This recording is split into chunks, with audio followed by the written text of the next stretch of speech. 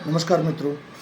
मैं अपने अंदर जागृत एक इच्छा को शांत करने के लिए कि जिन महात्मा बुद्ध ने इस संसार में इतना ज्ञान और इतनी अच्छी बातें दी जिससे हम अपने जीवन को संवार सकते हैं और अपने जीवन को सार्थक कर सकते हैं, तो उस व्यक्ति के बारे में, उस व्यक्ति के जीवन के बारे में कुछ जानना चाहिए। उसी की श्रृंखला में मैंने एक पुस्तक पढ़ना स्टार्ट किया जिसका शीर्षक है बौद्ध धर्म, उत्पत्ति और विकास। और इसमें मैं उनकी जीवनी को पढ़ रहा था तो गृह त्याग का एक प्रसंग आया जो बहुत ही भावुक प्रसंग मुझे लगा। तो मैं बहुत चाहता था कि सभी के साथ शेयर किया जाए कि कैसे जब महात्मा बुद्ध जी के विचार में, दिमाग में ये आया कि ये संसार दुखों का कारण है, इसमें रहकर आप दुखों से छुटकारा नहीं पा सकते हैं, तो इसके लिए मुझे पूर्ण ज्ञान की तरफ चलना होगा, तभी इसको पाया जा सकता है। तो उसमें एक प्रसंग है कि जब वो जाना चाह रहे हैं और अब उन्हें लगा कि महल को छोड़ के जाना बिना पिता की आज्ञा के ये अच्छा नहीं होगा, तो वो पिता से आज्ञा लेने के लिए बड़े सम्मानपूर्वक उनके पास पहुँचे और उन्होंने अपने पिता से आग्रह किया कि मोक्ष प्राप्ति के लिए वह महल छोड़ने की आज्ञा चाहते हैं। ये शब्द सुनकर राजा बहुत निराश हो गए। स्वाभाविक है कि पिता अपने पुत्र को इस अवस्था में कैसे छोड़ सकते हैं, जो खुद एक राजा हैं और वह भावी सम्राट राजा बनने वाला है और सारी बागडोर राज्य की संभालना है, बट वो घर छोड़ के जा रहे हैं। तो उनका गला भर आया और भावुक होकर उन्होंने कहा अपने पुत्र को, सिद्धार्थ, उस समय सिद्धार्थ थे, तो उनको कहा, हे पुत्र, ऐसी बातें मत करो, तुम्हारे लिए यह समय सब कुछ त्याग कर धर्म को अपनाने का नहीं है। जैसा कि आमतौर पर हमारे परिवारों, फैमिली में भी यही होता है कि अगर हम ये बात करें कि हमें धर्म को प्राप्त करने के लिए घर परिवार छोड़ना है या कुछ त्याग करना है, तो ये आज के लाइफ में हमारे लिए पॉसिबल ही नहीं लग रहा है। तो ये राज परिवार के लिए तो बहुत ही बड़ी बात रही होगी उस समय।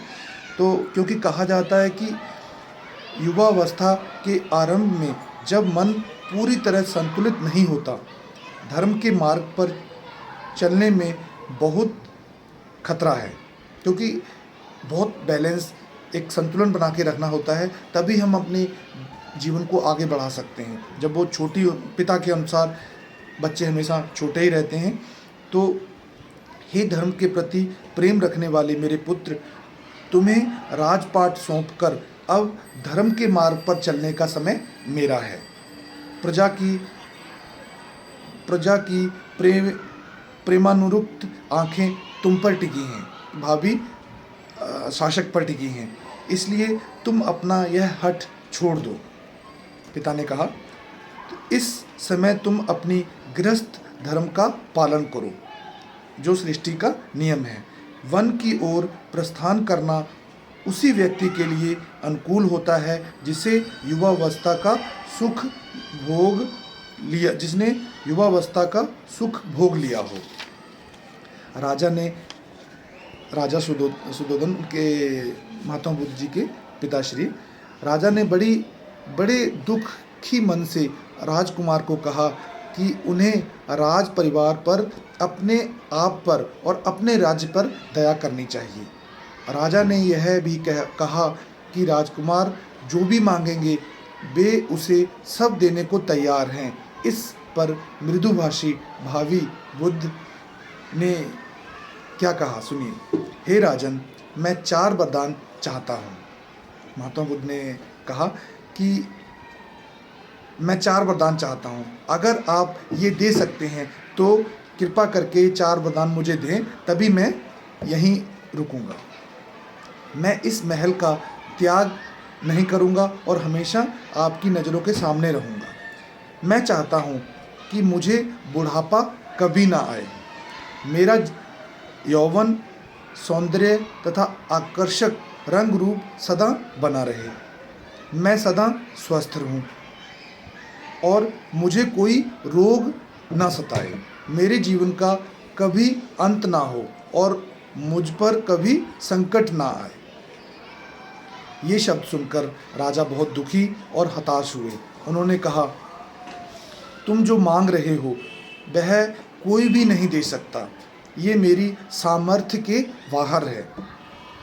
तो राजकुमार ने उत्तर दिया, हे राजन, यदि आप मुझे ये 4 वरदान नहीं दे सकते जिनसे मैं बुढ़ापे, बीमारी, मृत्यु और विपत्ति मतलब दुख तकलीफ से मुक्त हो सकूं, तो कृपा करके एक और वरदान के बारे में सुन लीजिए जिसकी मुझे इच्छा है। वो क्या है?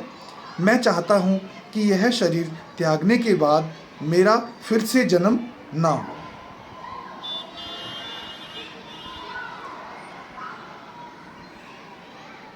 राजा ने एक बार फिर राजकुमार से कहा कि वे यह विचार त्याग दें, क्योंकि यह सब असंगत लगता है। इस पर राजकुमार ने बड़ी नम्रता और लेकिन दृढ़तापूर्वक कहा, जो व्यक्ति अपने आप को बचाने के लिए जलते हुए मकान से बाहर निकलना चाहता है, उसे वहाँ रोके रखना उचित नहीं है। यह देखते हुए कि प्रियजनों से बिछुड़ने का इस संसार का एक अटल नियम है, क्या यह उचित नहीं कि मैं धर्म की खातिर खुद ही अपने प्रियजनों का साथ छोड़ दूं? क्या मृत्यु मुझे असहाय अवस्था में सबसे अलग नहीं कर देगी और मुझे निराश छोड़कर अपना लक्ष्य प्राप्त किए बिना यहाँ से जाना नहीं पड़ेगा?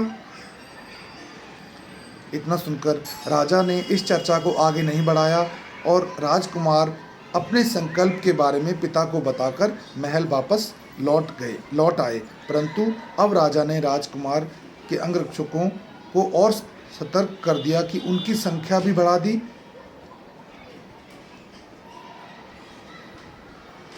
ताकि वो किसी तरह की विपत्ति में ना आ पाए। तो ये प्रसंग मेरे दिल को भी झकझोर गया कि कैसे इतना दृढ़ संकल्प करके भावी बुद्ध घर से गए। और ये ऐसी परिस्थिति होती है जब अपने परिवारजनों को आपको छोड़कर घर से बाहर जाना है, माता पिता को, जब आप एक राजकुमार होते हैं। तो यही विचारधारा हम अपने जीवन पर भी लागू कर सकते हैं। भक्ति एक ऐसा साधन है जिससे हम जीवन में जो चीज़ पाना चाहते हैं पा सकते हैं। यही संकल्प हम अपने कार्यशैली में अपनाकर दृढ़ता लाकर किसी भी स्थिति को प्राप्त करना चाहें, कोई भी सफलता पाना चाहें, वो हम पा सकते हैं।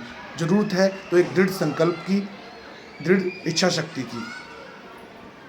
आशा करता हूँ कि आपको ये विचार अच्छे लगे होंगे। धन्यवाद।